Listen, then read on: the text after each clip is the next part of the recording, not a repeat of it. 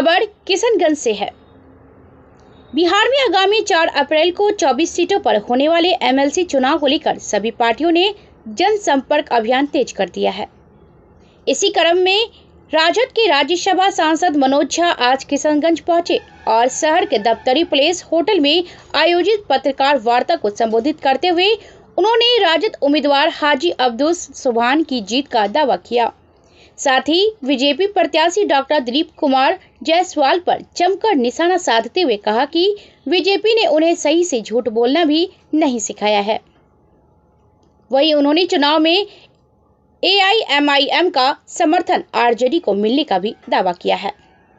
BNP news के लिए किशनगंज से संवाददाता चमन अली की रिपोर्ट। बुलाते जाते नहीं है, कई ऐसे मुद्दे हैं। देखिए, ये सब भी जब एक बार हम सब यहाँ बैठना रहना शुरू कर देंगे ना, लगातार संपर्क में रहेंगे, तो जिन मुद्दों की ओर आप इशारा कर रहे हैं उन इशारों में भी बदलाव आएगा, उनके इरादों में भी बदलाव आएगा, यकीन मानिए मेरा। राजद के आपने कहा कि राजद की तरफ से मुकेश सहनी का कोई भी तिरस्कार नहीं किया गया, तो इससे क्या समझा जाएगा? मुकेश सहनी का स्वागत है राजद। देखिए, मैं सीधे तौर पे कहता हूँ, देखिए दरवाजे खुलना बंद होना, ये मुहावरे जो है ना राजनीति में बड़ा लगता है कि हम उसको रिड्यूस कर रहे हैं। मेरा सीधे तौर पे कहना है, मुकेश सहनी जी को तो ये सोचना चाहिए था ना कि जिस सामाजिक आधार की वकालत वो करते हैं उसके सबसे बड़े वकील कौन है,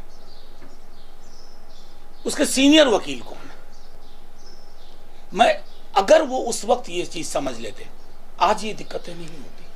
आज जिस प्रकार से उनको लटका करके आधार में रख दिया गया है, जिस तरह की अशोभनीय टिप्पणियां उनके बारे में की जा रही है, बावजूद उसके कि हम लोगों से वो बहुत ही एक ऐसे मौके पर अलग हो गए जहां हम चुनाव के बीच में थे।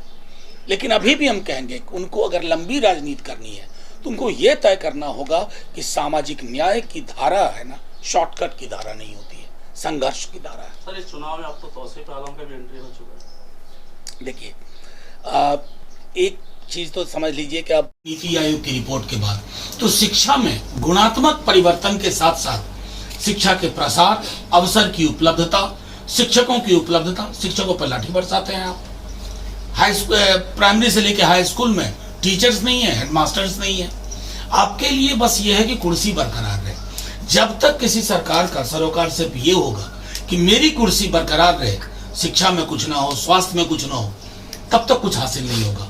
और आप तो देख रहे हैं इस देश में महंगाई चुनाव परिणाम पे असर नहीं डाल रही है, रोजगार चुनाव परिणाम पे असर नहीं डाल रहा है। तो जिस देश में ये हालात हो जाए कि लोकतंत्र का आम आदमी की जिंदगी में जो दिक्कतें आ रही हैं उससे कोई ताल्लुक नहीं रहा, आप पूरा चुनाव जीत लेते हैं ध्रुवीकरण करके। जब बताइए, ऊपर वाला, ऊपर में तो कोई आपस में नहीं झगड़ते हैं। कभी हमने नहीं सुना कि इस्लाम या हिंदू धर्म या क्रिश्चियनिटी का ऊपर में कोई झगड़ा हो रहा हो। तो ऊपर में झगड़ा नहीं है, लेकिन नीचे में झगड़ा है।